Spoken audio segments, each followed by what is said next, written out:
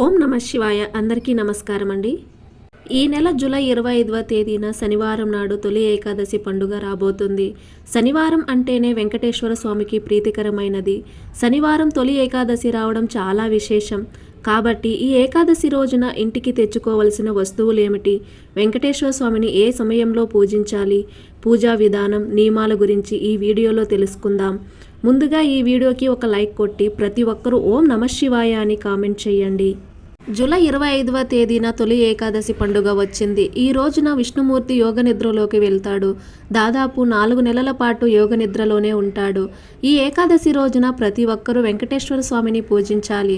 July 25 ఉదయం 11:54 వరకు ఏకాదశి ఉంటుంది. అయితే బ్రహ్మ ముహూర్తంలో పూజ చేసేవారు 4 గంటల నుండి 5 గంటల మధ్యలో పూజ చేసుకోండి. బ్రహ్మ ముహూర్తంలో పూజ చేయలేని వారు ఉదయం 7:20 నుండి 9 గంటల మధ్యలో వెంకటేశ్వర స్వామిని పూజించవచ్చు. ఈ తొలి ఏకాదశిని పేలాల పండుగను కూడా అంటారు. ఏకాదశి రోజున వెంకటేశ్వర స్వామికి పేలాల పిండిని నివేదించి ఇంట్లో ఉన్న ప్రతి ఒక్కరూ పేలాల పిండి తింటే ఆయురారోగ్యాలు కలుగుతాయని నమ్మకం. అయితే మనలో చాలామంది బయట దొరికే పేలాల పిండిని తెచ్చి స్వామివారికి నివేదించి ప్రసాదంగా స్వీకరిస్తారు. కానీ దేవునికి పెట్టే పేలాల పిండిని మనమే స్వయంగా ఇంట్లో చేసుకోవాలి. కాబట్టి ఒకరోజు ముందుగానే జొన్నలు తెచ్చుకోండి. జొన్నలను నూనె లేకుండా వేయిస్తే పేలాలుగా తయారవుతాయి. ఈ జొన్న పేలాలను మిక్సీ జార్లో వేసి అందులో కొన్ని పుట్నాలు, బెల్లం తురుము, 2 యాలకులు వేసి కొంచెం బరకగా గ్రైండ్ చేసుకోండి. ఒకవేళ మీకు జొన్నలు అందుబాటులో లేకపోతే మొక్కజొన్న గింజలతో కూడా ఈ పేలాల పిండిని చేసుకోవచ్చు. ఇక వెంకటేశ్వర స్వామి పూజలో ఖచ్చితంగా తులసి దళాలు ఉండాలి. స్వామివారికి 2 తులసి ఆకులు సమర్పించినా సరే వెంకన్న ఎంతో సంతోషించి మీరు కోరిన కోరికలన్నీ వెంటనే నెరవేరుస్తాడు. అయితే శనివారం పూట తులసి దళాలు తెంపకూడదు. కాబట్టి ఒకరోజు ముందుగానే ఏకాదశి పూజకు తులసి ఆకులు సిద్ధం చేసుకుని పెట్టుకోండి. తొలి ఏకాదశి పండుగ వచ్చేలోపు ఇల్లంతా శుభ్రం చేసుకోండి. శనివారం ఉదయాన్నే ఇంటిని, పూజ గదిని శుభ్రం చేసుకుని ఇంట్లో పూజ చేసుకోండి. తొలి ఏకాదశి రోజున ఖచ్చితంగా తులసి కోటను పూజించాలి. అయితే మీ ఇంట్లో తులసి కోట లేకపోతే ఏకాదశి రోజున ఒక చిన్న తులసి మొక్కను ఇంటికి తెచ్చి ఈశాన్యంలో ఉంచితే మీ ఇంటికి చాలా మంచి జరుగుతుంది. అలాగే ఈ తొలి ఏకాదశి రోజున ముక్కోటి దేవతలు కొలువై ఉన్న గోమాత విగ్రహాన్ని మీ ఇంటికి తెచ్చుకొని పూజ గదిలో పెట్టుకోండి. మీ ఇంట్లో డబ్బు కొరత లేకుండా సంపూర్ణ లక్ష్మీ అనుగ్రహం కలుగుతుంది. ఇక ఈ ఏకాదశి రోజున ప్రతి ఒక్కరూ పసుపు రంగు వస్త్రాలు ధరించాలి. అలాగే నీటిలో చిటికెడు పసుపు కలిపి స్నానం చేస్తే జాతక దోషాలన్నీ తొలగిపోతాయి.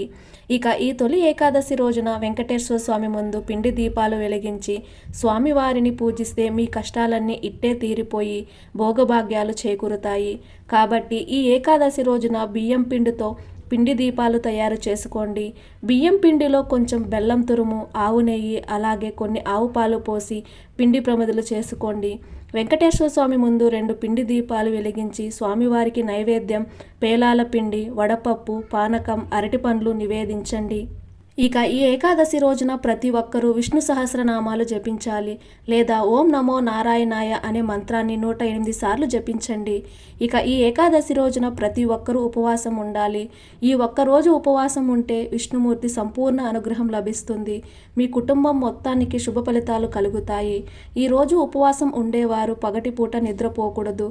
అలాగే మంచం పైన కూర్చోవడం, మంచం పైన నిద్రించడం చేయకూడదు. ఇక అన్నిటికన్నా ముఖ్యంగా ఈ తొలి ఏకాదశి నాడు గోవును ఖచ్చితంగా పూజించాలి. గోమాతలో లక్ష్మీదేవితో పాటు ముక్కోటి దేవతలు నివసిస్తారు. కాబట్టి గోవుకు అరటి పండ్లు లేదా తోటకూరను ఆహారంగా తినిపిస్తే పుణ్యతీర్థాలను దర్శించినంత పుణ్య ఫలితం లభిస్తుందట. కాబట్టి ఈ అవకాశాన్ని అస్సలు వదులుకోకండి. అలాగే ఈ తొలి ఏకాదశి రోజున ఇంటి గుమ్మాన్ని అందంగా అలంకరించుకోండి. ఇంటికి మామిడి తోరణాలు కట్టి ఇంటి ముందు ముగ్గులు వేసి గడపకు పసుపు రాసి కుంకుమ బొట్లు పెడితే లక్ష్మీదేవి వెంటనే మీ ఇంట్లోకి అడుగు పెడుతుంది. ఇక మీ ఇల్లంతా కనక వర్షంతో నిండిపోతుంది.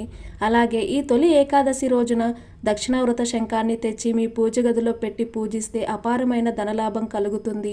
మీ పూజ గదిలో విష్ణుమూర్తి విగ్రహం ఉంటే శంఖంలో పాలు పోసి విష్ణుమూర్తికి అభిషేకం చేసినా చాలా మంచిది. ఇక ఈరోజు తులసిని పూజించేవారు తులసి ముందు బియ్యం పిండితో అష్టదళ పద్మ ముగ్గును వేసి, తులసి ముందు నెయ్యి దీపం వెలిగించి, తులసి కోటలో కొన్ని పచ్చిపాలు పోసి తులసికి ప్రదక్షిణాలు చేస్తే లక్ష్మీ అనుగ్రహం సులభంగా కలుగుతుంది. అలాగే ఈ ఏకాదశి రోజున తులసి కోటలో ఉన్న మట్టిని నుదిటిపైన బొట్టులా పెట్టుకుంటే మీ జాతకంలో ఉన్న సమస్త దోషాలన్నీ తొలగిపోతాయి. అలాగే ఈ రోజున రావి చెట్టును పూజిస్తే చాలా మంచిది.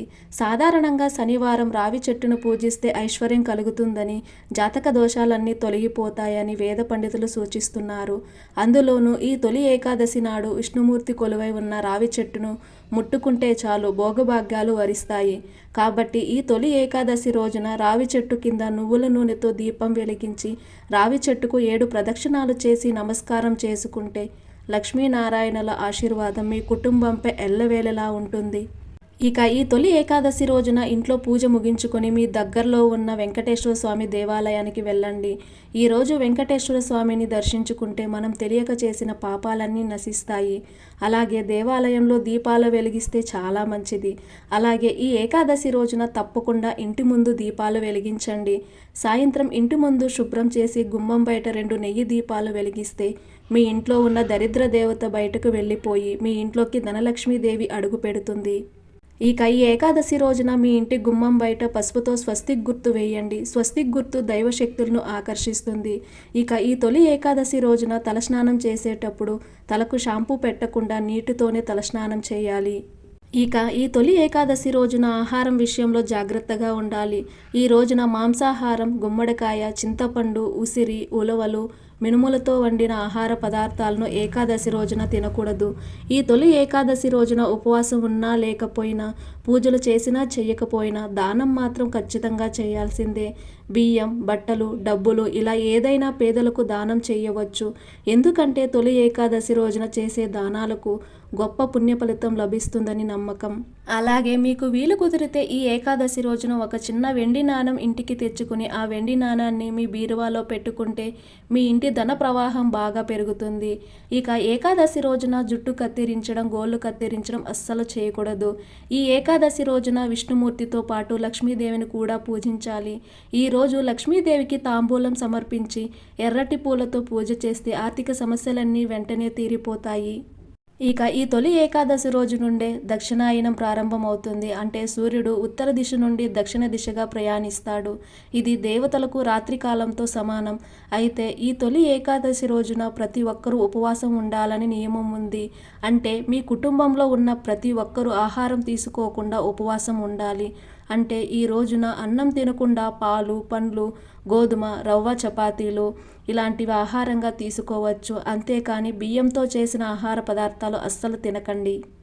ఇంతటి పవిత్రమైన తొలి ఏకాదశి రోజున విష్ణుమూర్తిని పూజిస్తే అశ్వమేధ యాగం చేసినంత పుణ్య ఫలితం, అలాగే 60,000 సంవత్సరాల తపస్సు చేసిన పుణ్యం లభిస్తుందని పురాణాలు చెబుతున్నాయి. పురాణ గాథ ప్రకారం ముచి అనే రాక్షసుడు భూమిని పీడిస్తున్నప్పుడు దేవతలు శ్రీ మహావిష్ణువును శరణు వేడగా విష్ణువుతో పాటు పద్మ, ఏకాదశి అనే దివ్యశక్తి ఆ రాక్షసుడిని సంహరించిందని పురాణ కథ. శ్రీహరి యోగ నిద్రలోకి వెళ్ళిన రోజునే ఈ సంఘటన జరిగిందని, అందుకే దీన్ని పద్మ ఏకాదశి అని కూడా అంటారట. ఈ విధంగా ఈ తొలి ఏకాదశి రోజున విష్ణుమూర్తిని పూజించి ఇలాంటి చిన్న చిన్న నియమాలు పాటించండి. ఈ వీడియో మీకు నచ్చినట్లయితే ఒక లైక్ కొట్టి మన ఛానల్ని సబ్స్క్రైబ్ చేసుకొని మీకున్న ధర్మ సందేహాలకు మాకు కామెంట్ ద్వారా తెలియజేయండి. ఓం నమః శివాయ.